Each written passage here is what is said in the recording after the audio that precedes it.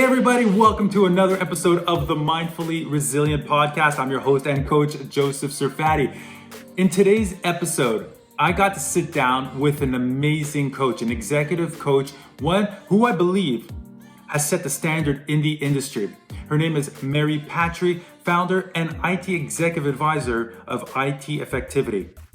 She is also known as Aunt Mary. Yes, she is my aunt. And every time we get together, we have conversations, whether in person or over the phone. They're always inspiring, they're always enlightening, and I get a lot of knowledge from those conversations. When I used to be an IT business analyst, and she was a CIO, I would get a lot of information that would help me excel in my career. And now she's a coach, and I'm a coach. So as you can see, we talk at a peer level. And although she's an executive coach, I'm a mindset coach, we are in different industries. Our goal is the same, to help people thrive, to give them the tools to thrive, to be the best versions of themselves. So in this conversation, we talk pandemic, COVID-19 pandemic, we talk coaching, and we catch up as family. So sit back, relax, grab that cup of coffee or tea, and don't forget to hit that subscribe button and hit that notification bell, and enjoy this episode of the Mindfully Resilient podcast, The Care in Executive Coaching, featuring Mary Patry. All right, let's get started. Hey, Aunt Mary, how's it going? Hey, it's so great to see you. Thank you for including me on your initiative here. Oh, thank you. Thank you for joining and taking the time to sit down with me and just talk coaching, talk mindset. And it's really great to see you as well. I'm glad. First off, the family, Tonton Jacques, everybody's well. Everyone is great, thank God. We're being really good about quarantining. We're not those, I wouldn't say that he's as good as I am about quarantining, but he is really working to keep himself safe. Oh, excellent. I'd say we got to do our best and do our part and ride this wave that we're going through right now. Absolutely. So, so thank you once again. So let's get started. I mean, who are you? Who is Mary Patry? The who, that's a really good question. I'm a work in progress. I'm in my third career. In addition to being a woman who was in IT at a very early age, I started in IT in 1976. So my whole entire career has been focused on IT. And I have to say that a lot of my self-identity focuses back to my job, my role. I grew up in IT, and now I have the great pleasure of coaching IT executives and leaders. So my who is, I am a coach. I am also an IT professional. I'm also a grandma and a mom and a wife and a sister and all kinds of things. But for this conversation, it's really my who is the passion that I have around IT and IT people. Okay, But let's go deeper with that. Let's go deeper. And what brought you into coaching? What fulfills your purpose? What is your purpose?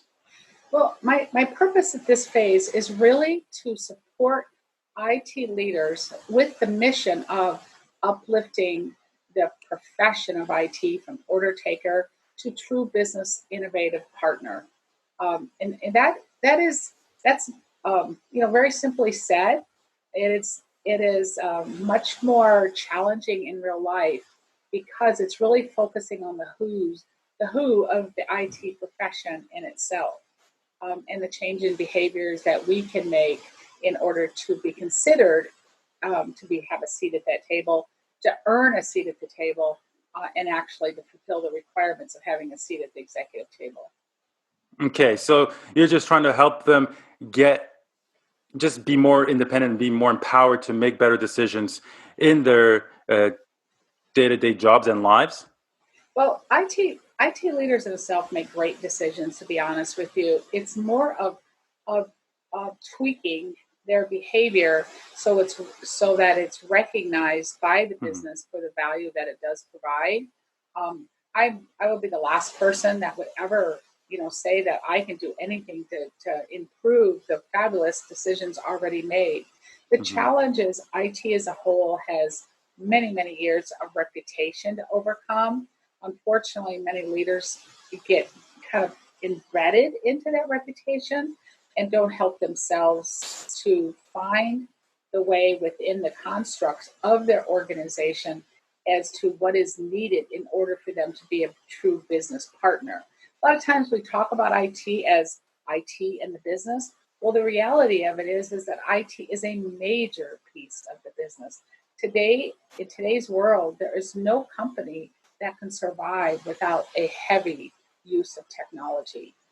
So it's really as that paradigm shifts from back office to front office, it's really helping the IT leaders themselves to uplift their behaviors and their attitudes and mindset around the business itself, as opposed, the business thinks as of IT as we and them. Well, unfortunately, a lot of IT professionals think of the business as we and them as well.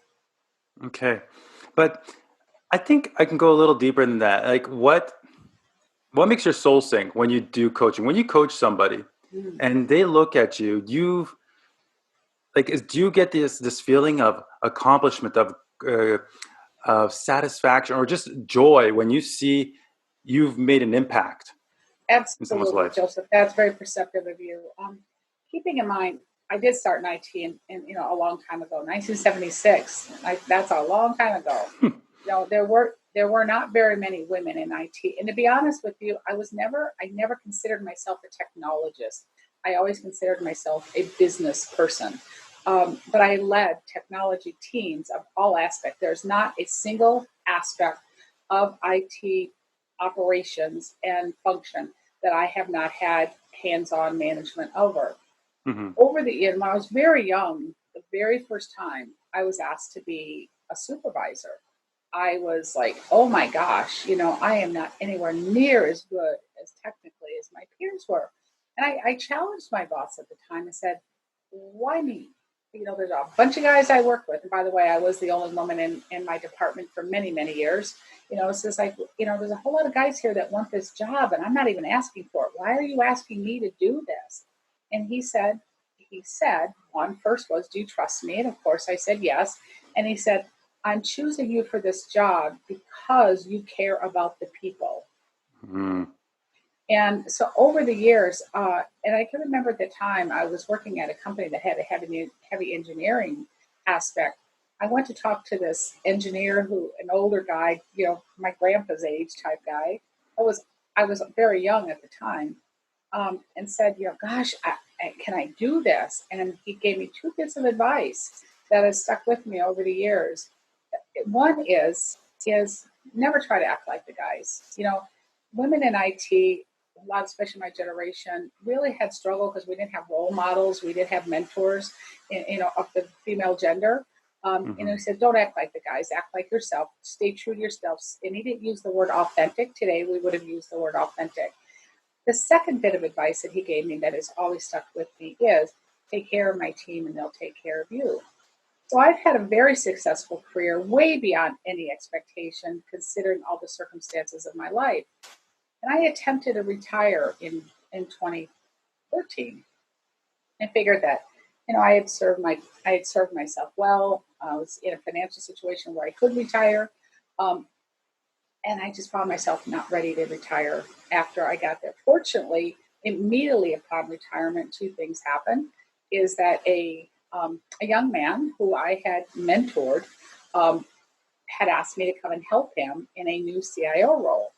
And that's how ITeffectivity was born, because he was a decent size, a pretty large corporation.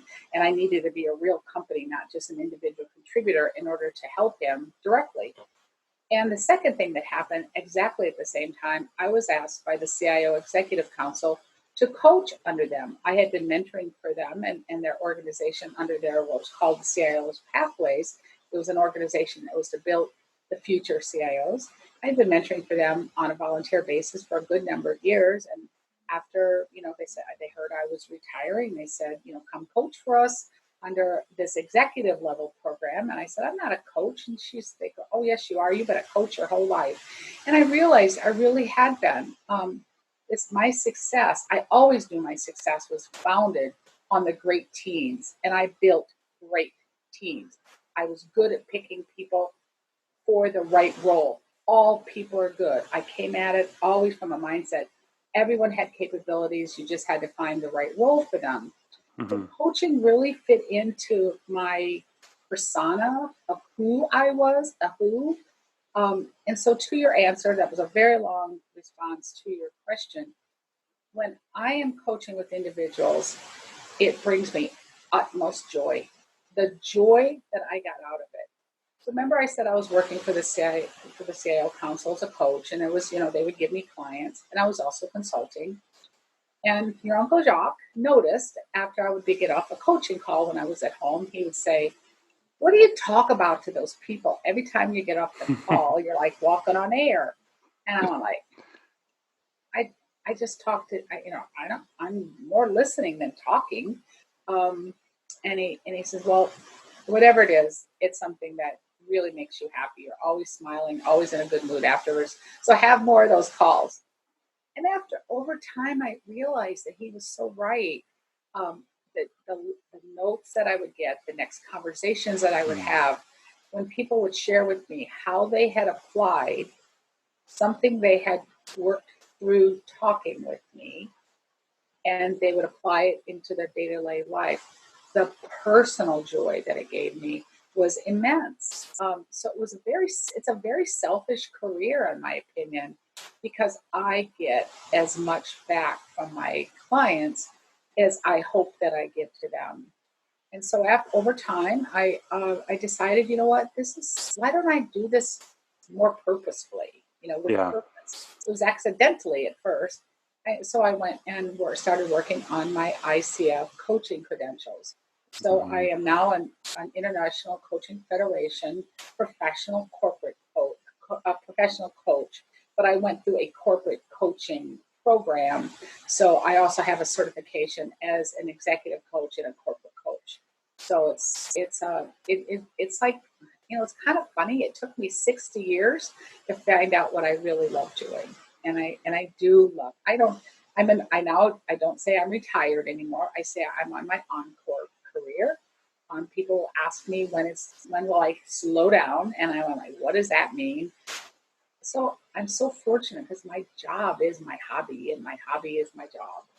Oh, that's great. And people use retirement, like people use it like as in a way of saying, okay, I'm not going to work anymore. But you can also reframe it in the sense that retirement is just you're retiring a chapter, starting a new one. And Exactly. and that's it. And it's the same thing. Even I could say I went through retirement that's, when we were talking a long time ago, and you came into our family, and we are talking about IT. It was fun. I enjoyed our conversations because I was like, wow, someone who knows what I actually do. And when I was a business analyst, and I totally understand where you're coming from, because when I personally, for myself, when I was working with my colleagues, when I was a business analyst, for some weird reason, yes, I was a business analyst, but I took it upon myself to encourage other people, help others, listen to them, and offer any guidance, even like those more junior. How did I help them thrive in their new roles? And even in my last job, in IT, which was at a software company about 2 years ago, I was doing that. I took it upon myself, and I really did a lot of professional personal development when it came to leadership. Doing some John C. Maxwell mentorship, while with my mentor and friend Sergeant Ken. So we had a mentorship mastermind about intentional living and other leadership programs, and I expressed that to my manager. So what he did, he assigned me as a mentor to people who were interested to become business analysts. One of them, I found out, left the company and became a junior business analyst for another employer. And then there was another one who I groomed to become a business analyst, but the position, there was no opening just yet, but he was already taking on smaller projects and acting as the business analyst for the customer support team. So how did that make you feel? Oh, it felt great. It fulfilled a purpose because it felt like I was making a difference. Mm-hmm. And I feel like that's always been my calling. Even when I was a teenager in high school, playing high school basketball, being captain of the basketball team made me feel it wasn't about ego, but it was more of like, what can I do to lead? And that's how I felt about it. And it's ever since then. And So when your journey in the 40 years in IT to become the coach you are, you've always been a coach. It's just you have this passion. You said um, that person who put you into that role, leading a team, and said because you care about people, care about the people. It means you've always had that caring personality, which allows you to be a leader. And even if you weren't officially a leader or officially a coach, you were still mentoring people, and you didn't even know about it. Yeah, and it was more intuitive, and you didn't. It wasn't. Keeping in mind back then, we didn't talk about mentoring. We didn't talk about mindset. We didn't talk about mindfulness. You just did what you did, and I recognized years ago. I used to say, you get the right team, and they'll move mountains for you. And it really is. At the end of the day, IT is built on people, process, and technology. And I Mm-hmm. always say, there's a whole lot of people that can take care of the technology. I'm really good at the process side, but what I've always gotten so much joy from was the people side. Mm-hmm. And so when I would go into an organization as a new leader or as a consultant, the very first thing that I would do is do a really, quick assessment and then a deep assessment of every individual, understanding what that person, I would make it a requirement to understand, um, not directly myself when I had very large organizations, because sometimes I had organizations 150 to 175 people. But I would always make sure that every single person had an opportunity, even down to the 175, had an opportunity to share with me what their hopes and dreams were. And I made it a point to assure that their management knew what their hopes and dreams were. Because when people know that you care about them, they will come together in the biggest way. And that is very, very common in IT individuals. Which, to your point around, you know, around the coaching, it really has been always been part of my life. I just never thought of that way until someone pointed it out to me. Mm-hmm. Yeah, it's who needs labels, right? Yeah. Uh, but no, it's great to see that, and then when you became a coach, and when we were talking, have that conversation at the dinner table when you were visiting us here in Toronto, we had that conversation where you were talking about coaching, and it was really, really, we had, and how would I say it? I had a great time because we were able to connect and discuss this level. We had this level of conversation where it was an empowering conversation for me. It was Okay. inspiring as well, and to follow you on your journey and to see what you've been doing and all the messages you post on LinkedIn and on Facebook really, do provide an impact.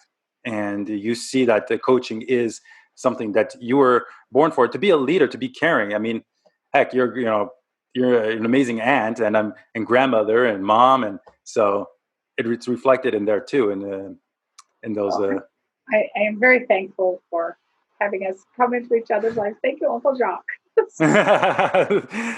yeah, so yeah, no, thanks Uncle Jay. So no, that's great. It's in terms of your journey to become a coach, and I actually get the the why behind it and why you became a coach. Now, as we all know, at time of recording this right now, it's April 20th actually. So we're in the middle of COVID-19, the pandemic. A lot of companies have been hit hard. A lot of but still working, still functioning at the skeleton staff or even working remotely. Do you think this? Do you feel like your coaching game is to has gone up several notches because of this pandemic? Do you think you have to up your game for this? I wish that I could say that I haven't, but I absolutely had to. And let me kind of give some perspective behind that. The people that I coach, all of my clients are corporate clients. I don't coach. I'm not a life coach. I am, Mhm. I'm an executive coach. I'm a business coach, very much in the business of IT. So, you know, but it doesn't mean that those things don't blend together. That in my work with coaches and executives and leaders, certainly their personal life has been as much affected as their business life. So, I've had to, it's gotten way more personal than it has in the past. So that's been one change. The other change is that for the first time of any big world event, and this has been, certainly we had other events in the world, people will say, oh, we went through the Civil War or we went through, pandemic of 1812. Yes, but none of us were alive then. So, this is in our lifetime, this has been one of the largest global events and certainly the largest pandemic event. Though we have had 4 pandemics over the last 15 to 20 years, this is the Mm-hmm. one that got out of control. So IT has had to really step up its game. Every IT leader that I am dealing with right now is still working from home. And they are, they have had to assure that connectivity and availability of all of these services that people rely on in order to do their job and interact and collaborate, etc., are there. They're also identifying a whole lot of opportunities that's going to have to change once they can get back to the office and funding available, such as eliminating those last remnants of paper, changing the integration of systems in the way they work, considering, maybe finally all businesses that intend to survive will make the investments they need to make in business continuity planning and infrastructure that enables remote working. They're already starting to plan about what does it mean when we get back to the office. And more importantly, I hate to say this out loud because nobody wants to hear it, including me. What are we going to do when the next wave happens? Mm-hmm. So we are in the depths of it right now. Unfortunately, based on what we know about the way flu works, we don't yet have a therapy, we don't yet have a vaccine. We will get hit by another wave in the fall. What can we do better to enable without having it to be an emergency? Because keeping in mind, most depending on what state you're in, these edicts of working at home came like that. There wasn't a lot of planning. There wasn't a lot of ability. You can't change systems that fast in order to be planful in these situations. They were reactive. Unfortunately, some companies are doing fabulously. Some of my client companies are struggling in order to maintain that connectivity and availability and for the businesses to work as strong as they could. So a lot of companies are slowed down. But I have lost clients on to furloughs, but it's only been on a few non-IT clients that I've lost. Mm-hmm. I've lost business that was in the works because their businesses have cut off any any discretionary spending or they put on hold until things get back. So as far as my game, um, I've had to be really careful about making sure that my own fears and anxiety doesn't show up in my conversations Mm-hmm. because, I am human too. I have had to increase my diligence towards mindfulness and being there during the conversations to focus very much on the non-verbal communications that people were sending me. Example is um, clients that were personally being impacted from a health perspective for family members, being sensitive to what anxiety they were experiencing about everything going on. Had a couple of clients that has direct family members that have been hospitalized with COVID. That was so hard not to let it take me over the edge with them. So upping my game in as such that I'm there for them, that my focus is 100% on helping them. Because see, I'm kind of weird, not weird. I'm unique in as such that I've got my coaching hat on. I also will oftentimes have my mentoring hat on. Mm-hmm. My mentoring from a process, from an IT capability standpoint. And I am very purposeful when I'm being in coach mindset versus mentor mindset. And I actually, ask permission. I had one session last week where I said to the client, hey, I'm taking the coaching hat on right now. You need mentoring a whole lot more than you Mm-hmm. Are you okay with that? Does that work for you? I always ask I try to remember to ask permission before I move between hats. Um, I am the only former CIO that I know that is also a formal certified coach. I know people that are CIOs that coach. I know CIOs that are mentoring. I don't know anyone that has both. And sometimes I have to work hard at, at making sure that I know what hat I have on at the moment. And so, from a client perspective right now, there's a lot of anxiety. There is a lot of excitement too, because IT people love solving a problem. And this is a big, bodacious problem laid on their lap. At the same time, they've got spouses at home as well. They've got kids at home trying to homeschool, and so many times for the first time, on a coaching call, a, a little kid walks in and sits on the lap. And that's cool with me, me being the grandma that I am. So it's a very, very different world where I have to be more, well, I don't want to say have to be, where I, I am able to, or I need to allow my caring side to show up more than I typically have to in a normal circumstances. Mm-hmm. It's funny you bring that up. But now, because of self isolation, physical distancing, we are using the technology. We're using webcam technology or video conferencing rather. And yeah, to have the kids jump on, but that's the thing about this. The I'm going to say for lack of a better term, the plus side is that people understand. People understand the kids are home, and there will be some disruptions, but as long as we can move forward and still stay on our game. And the ability for yourself to separate your fears and anxiety from your conversation, your own personal fears from the conversation, your professional conversation, is, would you be able to use what you're doing right now for yourself, what you're learning? Because this is, yes, you're right, we all went through pandemics, but this is the one pandemic that, like you said, is out of control.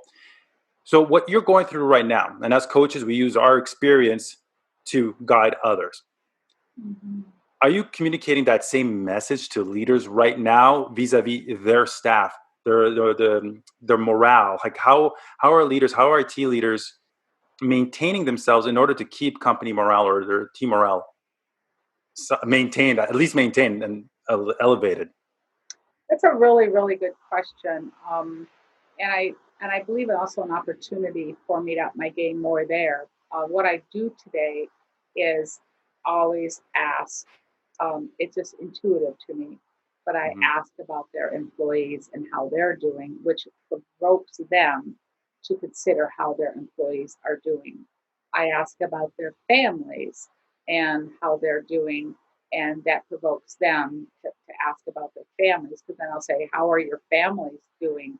And it's, a little bit of a loaded question unintentionally, in order for them to, know. And now I'm finding that when I ask that questions, they have answers. So I didn't intend it. It wasn't intentional.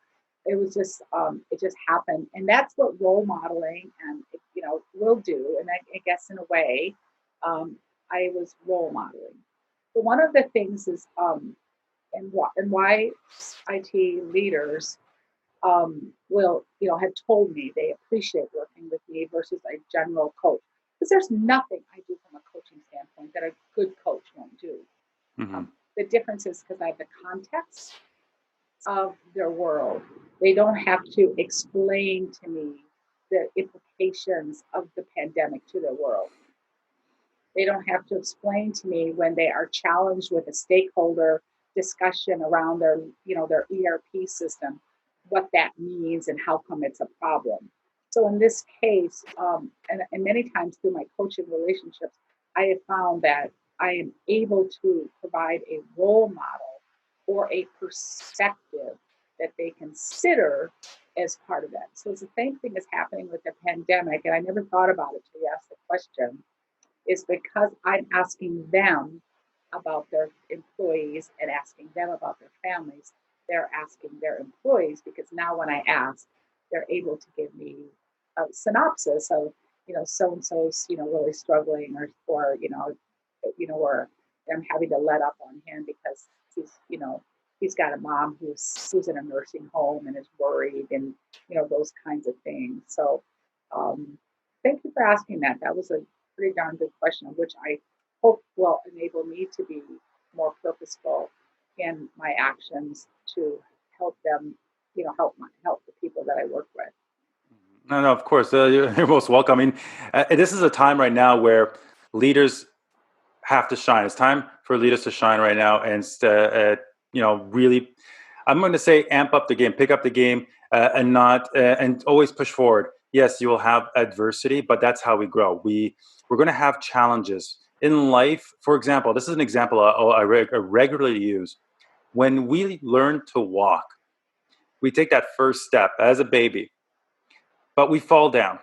That's a challenge. We don't know how to walk, so we're trying. We fall down, but we try again, and we keep on growing, and that's how we get better. Now, to a point, we're running, right? We're going from walking to running. Same thing when it comes to learning. Learn one little thing, then builds up, and then, or you're stuck, or it's challenging. You connect, and that's another thing. Connecting with people. Well, and that's how you grow, and that's how you become better. And then this is an opportunity. And this is an opportunity right now for others who never thought of themselves as leaders to become leaders, to awaken that leader within. And, it doesn't have to be in the corporate world. It doesn't have to be professionally. It can be family wise. It could be at the family level. It could be at the personal level, because you are your own leader. Absolutely. And to that point, Joseph, I subscribe to the mindset that everyone is a leader. Everyone is a leader to a certain extent. It might be that your only accountability as a leader is yourself. It very well could be that your only other accountability is to your children, your family. And it doesn't mean that everyone has native leadership skills, but I believe from the bottom of my heart that with mentoring, with guidance, with environmental circumstances, people, if they want to, can grow into being a leader. I'm maybe an anomaly. I don't know. I don't believe that you're either born with leadership skills or you're not. I believe leadership skills are developed by nature and nurture, for sure. Um, and only you can be accountable for you. You know, Mm-hmm. that's the kind of the uniqueness, and why I actually run group programs for I'll call middle managers. And this year, for the first time, one of the CIOs stuck in people that were individual contributors, and as opposed to leaders of people. And so it's in IT, as you know, and I'll say this for other people's benefit, you could be a leader of technology as well as a leader of people, or instead of being a leader of people. So you might have a particular technology that you have leadership capabilities for. And leadership capabilities means that you are accountable for the decisions and the well-being and the future of that technology. So it's really been really awesome. It's only April, so we're only 4 months into the program with them. But it's been really enlightening to me, as well as a lot of fun. There's a 12 in that particular program, 12 people in that group coaching program. And it is a mastermind type format with a planned topic agenda, with the latitude of us flipping it if we need to. So, for example, we might be talking this particular month about empowerment. That's our conversation. And people I bring to the table their questions, their conversation around empowerment. I will share with them some learning, some readings in order to spark the mindset. So it's been really fun to mix middle managers with senior level individual contributors. And that point that you just made about everyone being a leader was the first time a lot of those technology leaders thought of themselves in a leadership role. Mm. Yeah, no, it's weird. It takes a, how would I say, a pandemic for us to realize our potential. I wish that wasn't true, but it requires what I when it comes to developing a why and when discovering your why. For some people, it's instantaneous. They know what their purpose is in life, what makes their soul sing. For me, it's inspiring and empowering others. My passion is to lead people in order to achieve that. And some people may understand that right away, or for others, it may take years or a life changing event for them to realize this is my why, Yeah. this is my purpose.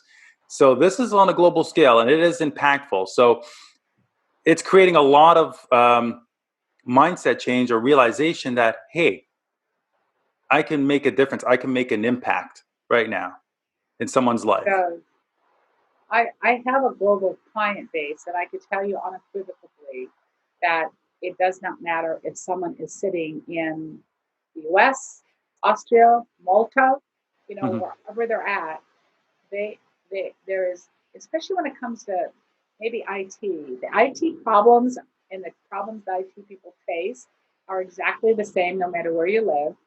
And the people are people. And I don't care what anyone says. We are a global society. And, That's it. you know, and we have to learn that we need each other on a global basis because we all share Mother Earth and we all share the infrastructure that goes around Mother Earth. And so for us to think that myopically that we're on an island to ourselves is just foolishness. And we can together. We need each other. Together, we can solve this thing. I believe maybe that was one of the things that helps me a lot, Joseph, is that having worked in pharma for so much of my adult career and biologics, I know I have faith that we will find a solution. I have faith that we will find a vaccine. And I say we collectively because I still have clients in that space. I believe that from the bottom of my heart. I Hmm. believe that it won't be, but I also believe that it won't be a year. It'll be a year. It'll be at least till next spring, early summer before we have solid answers. I'm hoping we'll have a therapy earlier. So in the meantime, I don't want to put a layer of fear to my clients. I also want them to be realistic as to when this thing is over. This thing will never be over. We will have a new normal after it's all done. We're going to go through waves of acceptance, waves of grief. You're familiar with the grief cycle. We will be going through that wave of grief here for about a year. Hmm. And I am determined to be there in support of my clients, in support of my family, support of my friends as best as I humanly can. And I can only do that if I put my own masks on first. Yeah. If I don't take care of me, and if I don't keep my resilience up, if I don't keep my mindset in a growth mindset, if I don't take that time for a little bit of exercise, eating well, a little bit of mindfulness in meditation, I won't stay healthy. And that took me a couple weeks into this stuff before I realized that I was becoming unhealthy. And I fortunately, I have an executive coach, and in talking with her, realized why I was off. Hmm. And it was like, and that's the joy of coaching. You know the answers. Your coach helps you to find the answers, to find your why. But more importantly, what are you going to do with it? Because we Hmm. can find our why. You could say that your passion is this, or your love is that, or your reason for living is this. But if you don't figure out what you're going to do with it and how you're going to go about doing it, it doesn't mean much. So, Exactly. it really, I love Simon Sinek's work because, oh, by the way, Simon Sinek was my entree into figuring out my why. It was when I read his book back in, it was about 2008. Um, you know, it really helped me to figure out what I was going to do the rest of my life, which led me to figure out how to retire, which led me to figure out how to go to my on career. Hmm. And so there's a whole lot of magic, secret sauce in that concept of Yeah. figuring out that whole golden circle. Oh wow. Yeah. No, that's it. It's that's quite the journey, and You know, you talk about mindfulness too, and I find it interesting that we need to be present right now. We need to be focusing on the now and not worry of the future. When it comes to resilience, we want to let go of the anxiety of the unknown future and regrets of the past. And what can we do now? We got to focus on what we can do now. That's why I find mindfulness. And I'm not just talking about meditation. You know, everybody thinks meditation. Oh, yeah, you have to be somewhere somewhere in the mountains and secluded. And no, it's just more of being present. Just not we're like creating those what if scenarios in your mind.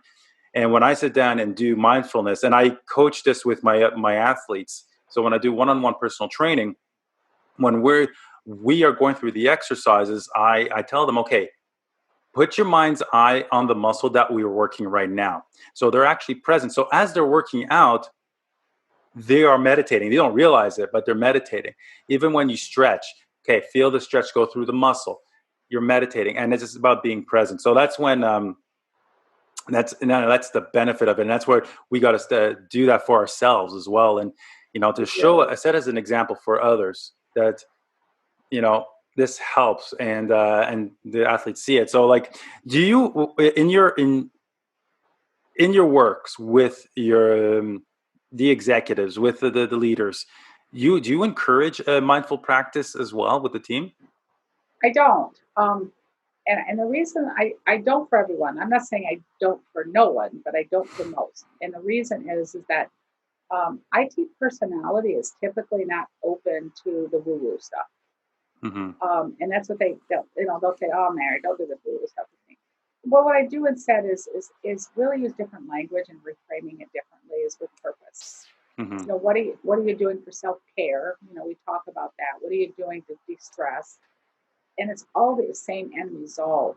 And it's really is if you think about what mindfulness is mindfulness is it's easiest for me to explain mindfulness to myself and others. It's like I say, well, you know what mindlessness is. It's when you're doing things on remote control without understanding what you're doing and why you're doing it, and just doing it. But if you end up thinking about it for what, to be very purposeful, so I'll use words like purpose or purposeful, the intention. I don't often use the word mindfulness because that to them would be going to the woo woo space. But I do focus on, you know, saying, helping them to figure out what it is that they are doing for their self care, and as opposed to drinking or something like Yeah. negative self care. Um, and so, but I do have some clients that I can tell pretty early on if they're open to those concepts, and then it's a whole lot of fun because then we can talk to. I have a client now who has a wife who has COVID and a daughter who has COVID. I have been sending him every day a song that is inspirational. And it and it's I have my own mantra songs. I use music a lot in my own, I guess I'll call mindfulness and meditation. I've always got, I use music, and I use music with lyrics, and sometimes music that is not with lyrics. It's just, instrumentals. But every day I've been sending him a YouTube of a song that is inspiring. Um, and he hasn't told me to stop yet. So it's just checking in on you. Hey, I found the song. I Yeah. found, here's what I think that you'll like because I know he loves music. Um, and so it's just that kind of stuff of being able to reach out, and that's taking a lot of time and energy. Is I've got a whole lot of older clients that were clients way in the past, back when I first started coaching and even mentoring, who are reaching out just to touch. I just want to make sure you're okay. And the truth is, they're checking on me, but they also want me to check on them. Hmm. So I've been, having to, not having to, I've been honored to provide that extra TLC to people that I have, cared about over the years and still care about. I'm not saying all clients have reached out, but a whole lot of them have. And I have found that I am now, you know, have maybe reached out to people who maybe not didn't feel as comfortable to do it. Yeah. Um, and so it's just a lot of no. I don't talk to them about mindfulness. I do talk to them about purpose, and I figure out if they are open to the idea of meditation, mindfulness, or that kind of self-care. Then I do. Hmm. That's great. And I mean, any coach, any great coach, we just adapt our language to the person we're working with. And yeah, I mean, uh, asking them, questions that will get them thinking about now is still another. It's kind of like it is a sneaky way of saying, "Hey, you're practicing mindfulness right now, but you just don't know it." I All think right. one of the things that comes up a whole lot more and with more purpose is mindset.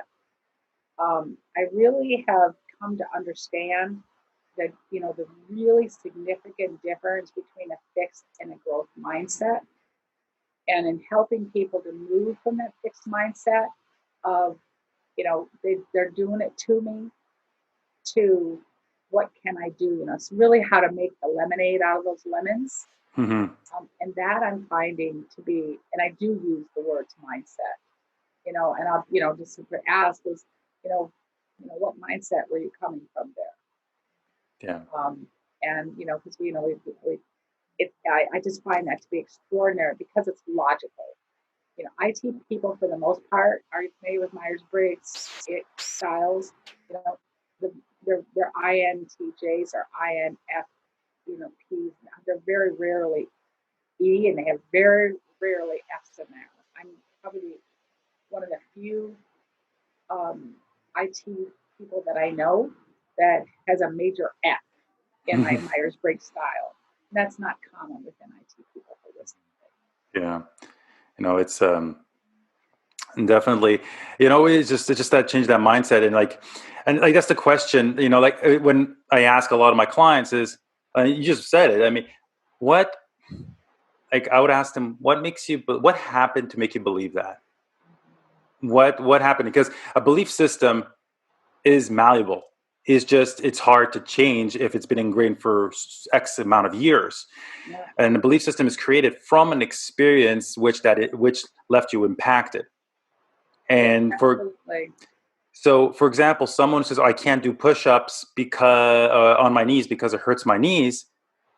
Well, how have you been doing them? And it's that belief system. Or I love it.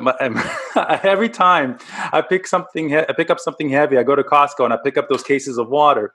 My father would always say, "Be careful, you're going to hurt your back." It's like, no, don't worry, I got this. But I know where he's These are coming the from. legs, Dad. Yeah, you gotta push your hips back, load the heels, get into a squat position, squeeze the shoulder blades back. Oh yeah, the whole rigmarole. Yeah. But I know where he's coming from because there was something that happened that impacted his back at a younger age. So, but with anybody that has this belief system, I can't do it. Well, as coaches, we take that can't and make it a can Or how? or how. Okay, yeah, okay, okay, how can you do this? Or and it might, and the reason I say how can is just like with your example of lifting the thing, is that it may need, maybe you already have a bad back. So you may need to use a different system than if you had a healthy back. But it doesn't mean you still can't. Hmm. You can still perhaps figure it out in a different way, even if it means asking someone to help you. Exactly.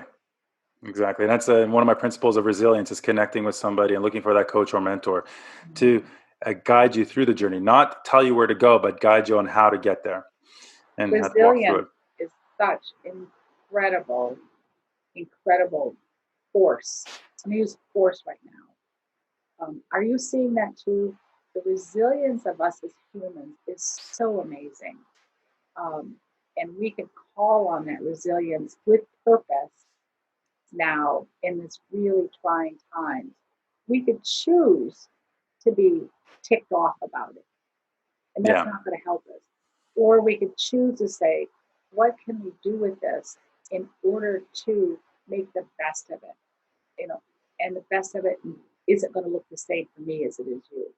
hmm it's it. It's looking for amongst all these challenges, there are hidden opportunities that we can capitalize on, and that's about resilience. Is bouncing forward in the face of adversity, not bouncing back, bouncing forward, and taking advantage of every opportunity, learning opportunity, or growth opportunity um, that presents itself. Now, final question. I got one. Well, maybe one more question. Two more questions. Let's say two more questions right now. What are you currently reading? Just to inspire others right now. What are you currently reading or listening to that for mental nutrition to feed your mind?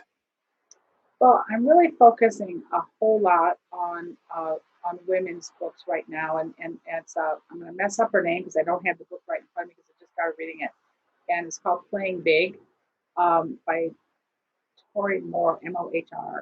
Uh, and the reason that I've been really focusing recently on women's studies and women's books is because I I have a passion for supporting women, and especially women in IT, and helping them to shine in the way that I know that they can. And that's probably a whole conversation for Yeah. a blog. But that's really what I'm really kind of focusing on right now is really more uplifting Hmm. leadership stories with around women. I just finished Melinda Gates' books, so it's kind of where I am right now with my head.